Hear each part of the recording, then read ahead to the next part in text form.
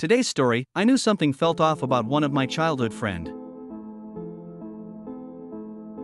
When I think back to my childhood, my memories are a mixture of the innocent and the eerie. Growing up in a small town where everyone knew each other, my friends and I spent our days exploring the woods and fields that surrounded our neighborhood. It was the summer of 15 years ago, the summer when we met Bernard. Michael, Zachary, and I were inseparable. Michael was the kind of kid who could make friends with anyone. He had a smile that could light up a room and a laugh that was contagious. Zachary was different. He was half friend, half bully, always teasing and testing us, but in his own way, he was loyal. The three of us had our own little world, a realm of adventure and secrets that only we knew. One afternoon, while we were playing hide and seek in the woods behind Zachary's house, we stumbled upon a boy we had never seen before. He was sitting on a fallen tree, staring at the ground. He looked about our age, maybe a year or two older, with dark, tousled hair and piercing blue eyes. "Hey, who are you?" Michael called out, always the first to extend a hand. The boy looked up, his expression unreadable. "Bernard," he said softly. "I've never seen you around before," I said, stepping closer. "Do you go to our school?" Bernard shook his head. "Just moved here." "Cool," Michael said, grinning. "You want to play with us?" Bernard nodded, a small smile tugging at his lips. We welcomed him into our group, and for the rest of the day, we ran through the woods, playing games and climbing trees. Bernard was quiet, almost shy, but there was something about him that intrigued us. He moved with a strange grace, his eyes always watchful, as if he were constantly on guard. Zachary, true to form, tested Bernard's boundaries. He teased him, called him names, but Bernard never reacted the way Zachary expected. He would simply stare at Zachary, his expression calm and composed, until Zachary would eventually give up and move on. One day, Zachary brought his disposable camera, one of those old ones with the film you had to get developed.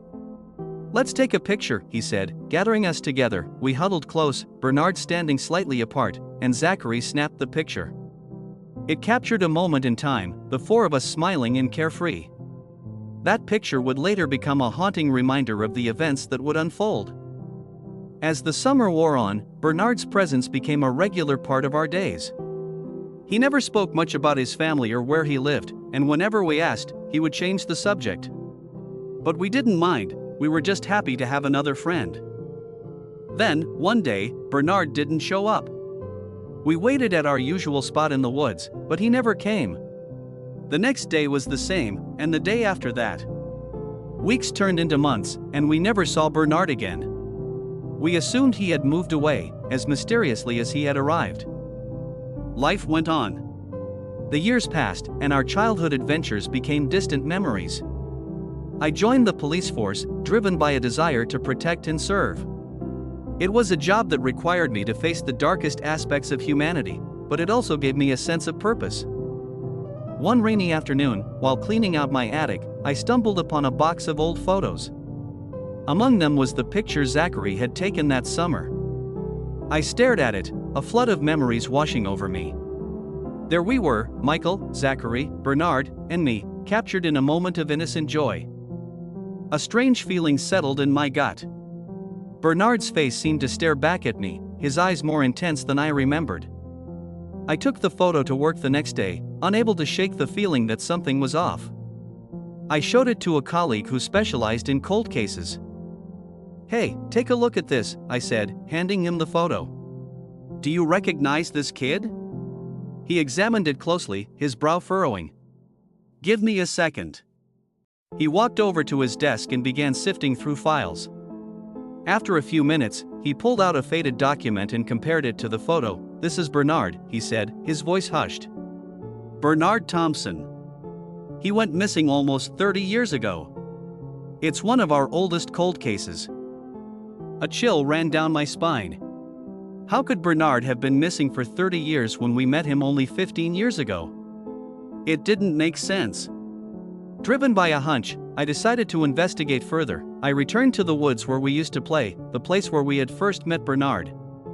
The trees had grown thicker, the paths more overgrown, but it was still the same place. I walked deeper into the woods, my mind racing with possibilities. As I reached a small clearing, I noticed something half buried in the underbrush.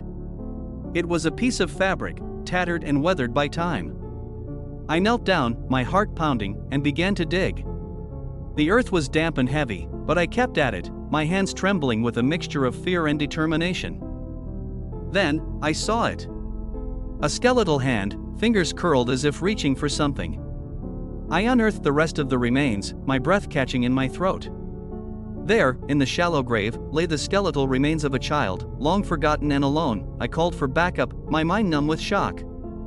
As we waited for the forensic team to arrive, I couldn't shake the feeling that Bernard was still watching me, his piercing blue eyes following my every move. The investigation confirmed what I already knew. The remains belonged to Bernard Thompson, a boy who had gone missing nearly 30 years ago. But the mystery of how he had appeared to us, 15 years ago, remained unsolved.